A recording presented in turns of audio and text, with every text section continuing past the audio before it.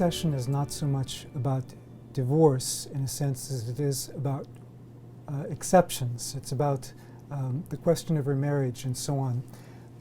It's dealing with some of the traditional teaching of the church that sometimes doesn't take these things into account. But we still need to take it in context with Jesus' larger teaching on divorce. The way God made us, He didn't make our hearts to have to endure betrayal. And most of us who've experienced betrayal in some sort of relationship know that it's a very painful thing. And that's something Jesus wanted to prevent. So Jesus has very good reason for calling for security, commitment, covenant in marriage. But today we're going to be talking about the other side of it, because covenant involves two people. What happens when one person opts out? What happens to the other person? And so on. Jesus is clear that we should nurture, preserve, and where possible restore marriage. But let's begin looking at the texts. Mark chapter 10, verse 11. Jesus says, "Anyone who divorces his wife and marries another commits adultery against her." First, I want to notice what it says, against her. Again, it's not a matter of just an arbitrary rule. It's because God cares about us. It's a matter of wronging someone. It's a matter of betraying someone. In the case of the Pharisees who brought up this question to Jesus to begin with, in the context in Mark chapter 10, there were two schools of Pharisees. One school of Pharisees, the Shemites, said that a man could divorce his wife for the cause of her being unfaithful. The Hillelites, however, said that a man could divorce his wife if she burned the bread, if she burned the toast. And the wife, once divorced, in that society was a severe economic disadvantage. So there were a number of reasons why this betrayal would have hurt the wife. But what does it mean when Jesus uses the word adultery here? What does the word adultery mean when we use it literally? When we use it literally, it's something like, well, Dedrick is married to Shonda, but he runs off with Shamika. He commits adultery with Shamika even though he's married to Shonda. He likes women whose names begin with SH. Jesus says it's not just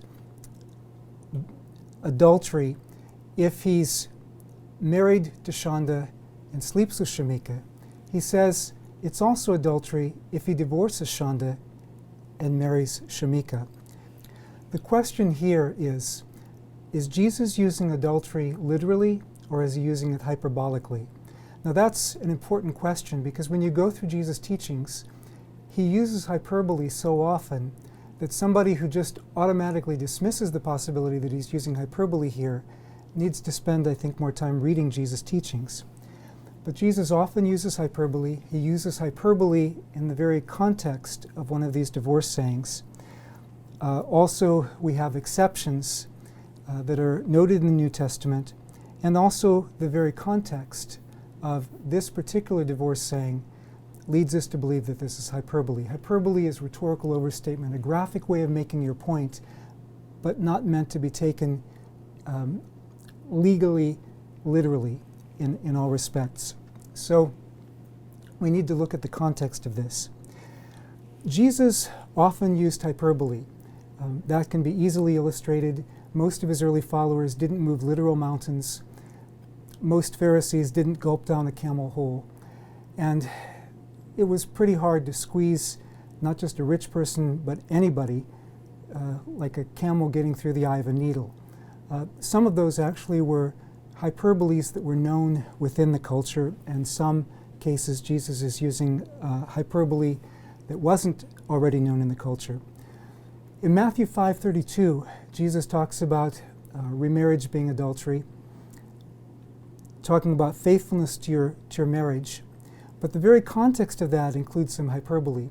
For example, in chapter 5, verse 28, Jesus says, "Whoever looks at a woman to desire her sexually has committed adultery with her in his heart."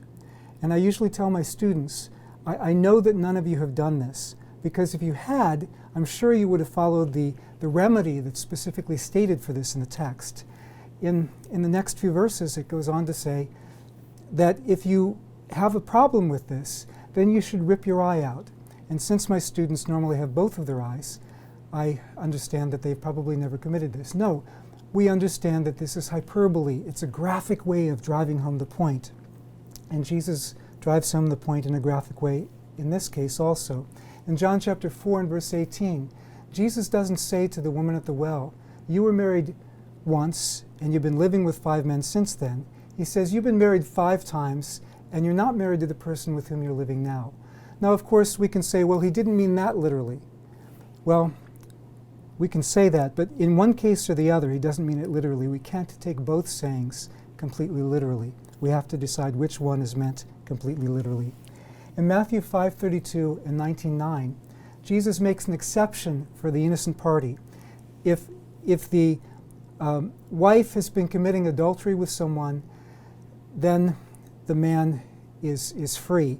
Now, some people say, well, the word there doesn't specifically mean adultery, and they try to make it more specific than adultery.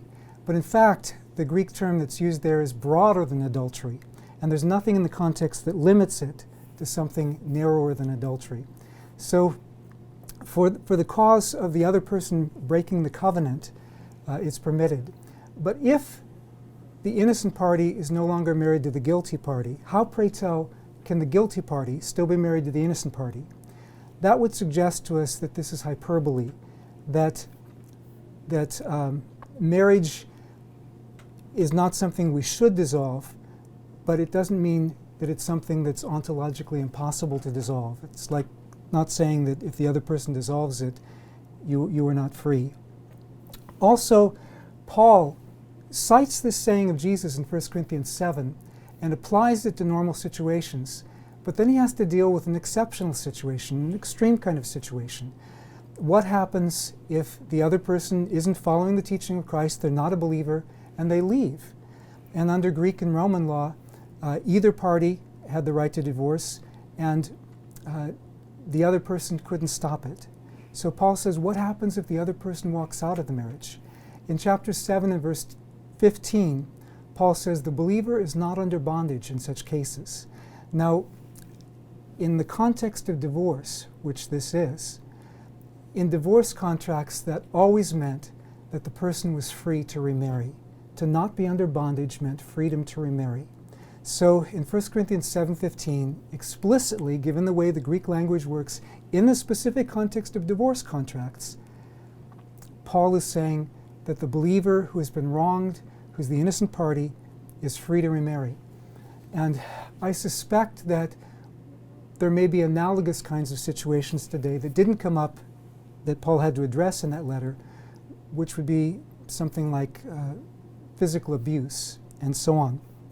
But the point is, both of these exceptions have something in common. And what they have in common is that you're not breaking up your marriage. The other person is the one breaking up the marriage. So Jesus is not giving us permission to break up our marriage. But Jesus also is not punishing the person whose marriage is broken against their will.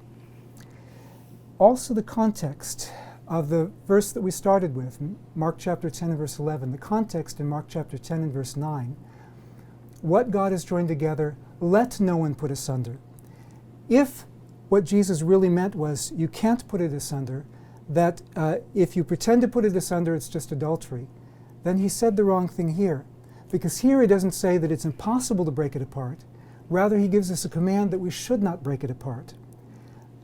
All this leads us to believe, given everything else the New Testament says about divorce, given everything else Jesus says about divorce, that the language of remarriage being adultery is hyperbole. It's a rhetorical overstatement. The point of hyperbole is not so we can say that's just hyperbole, we will ignore it. The point of hyperbole is to drive home a point so we take it very seriously, so we work to nurture and preserve and insofar as possible restore marriages.